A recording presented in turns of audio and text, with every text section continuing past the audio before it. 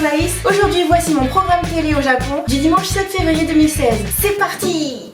Alors aujourd'hui, la grande fiesta, c'est le lancement de la nouvelle série Precure et également la fin du Super Sentai de l'année. C'est parti!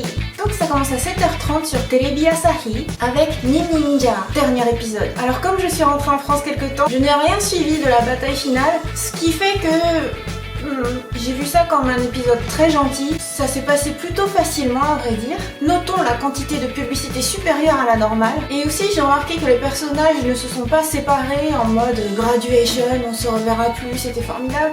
Mais ils se sont donné rendez-vous dans 2 ans. Alors pourquoi dans 2 ans? Peut-être pour clore leur participation à l'univers Super Sentai dans un film croisé. Ensuite vient Kamen Rider Ghost. Et donc comme je le disais, je reviens à peine au Japon et du coup je commence cette série de Kamen Rider à cet épisode 17.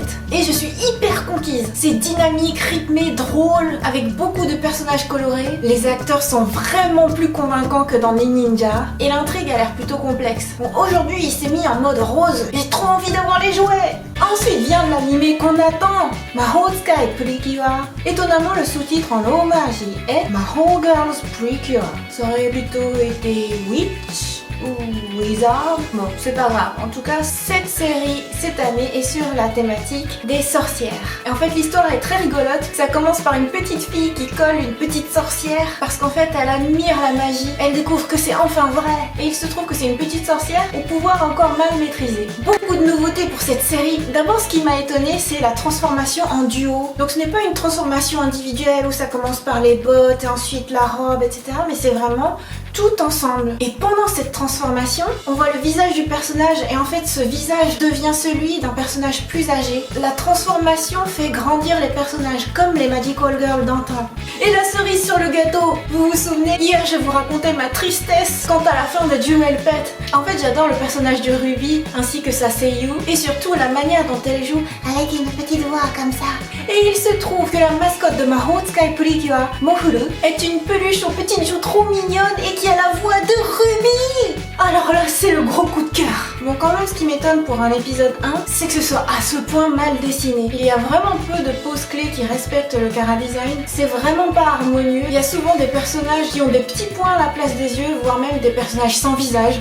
C'est bizarre, mais c'est plutôt homogène avec tous les épisodes d'animé que j'ai pu voir cette semaine, c'est-à-dire tout est assez cheap. Donc je sais pas, c'est une période creuse pour l'animation. Du coup c'est pas la même claque qu'à l'époque où je découvrais l'épisode pilote de Macross Frontier par exemple. Là c'était oh fantastique et on a les étoiles dans les yeux, on a les chansons dans la tête, ça explose partout. Bon là on aime le pitch, on aime le chara-design, on aime les transformations, on aime tout le principe, mais il faudra attendre une version DVD. Parce que là, c'est juste pas possible. Cela dit, je suis devenue complètement fan. Ensuite, il est déjà 9h. On switch sur la chaîne Fuji Telebi pour regarder Dragon Ball Cho, Dragon Ball Super. Alors, autant j'ai adoré le film Dragon Ball Kami to Kami, Dragon Ball Battle of Gods, autant j'ai trouvé que le film La Résurrection de Freezer était une hérésie. C'est plein d'incohérences, ne serait-ce que sur le monde des morts. Bref, je ne regarde la série Dragon Ball Super que d'un œil, car mon chéri regarde tout ce qui est Dragon Ball, que ce soit bien fait ou non. Et donc, aujourd'hui, c'était un épisode de résumé.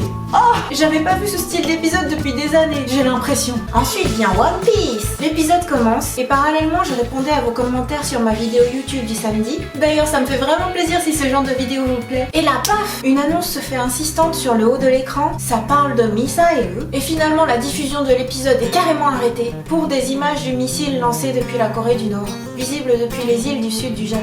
Quand ce ne sont pas des informations sur des séismes, ce sont des informations de guerre dont on ne peut qu'être informé.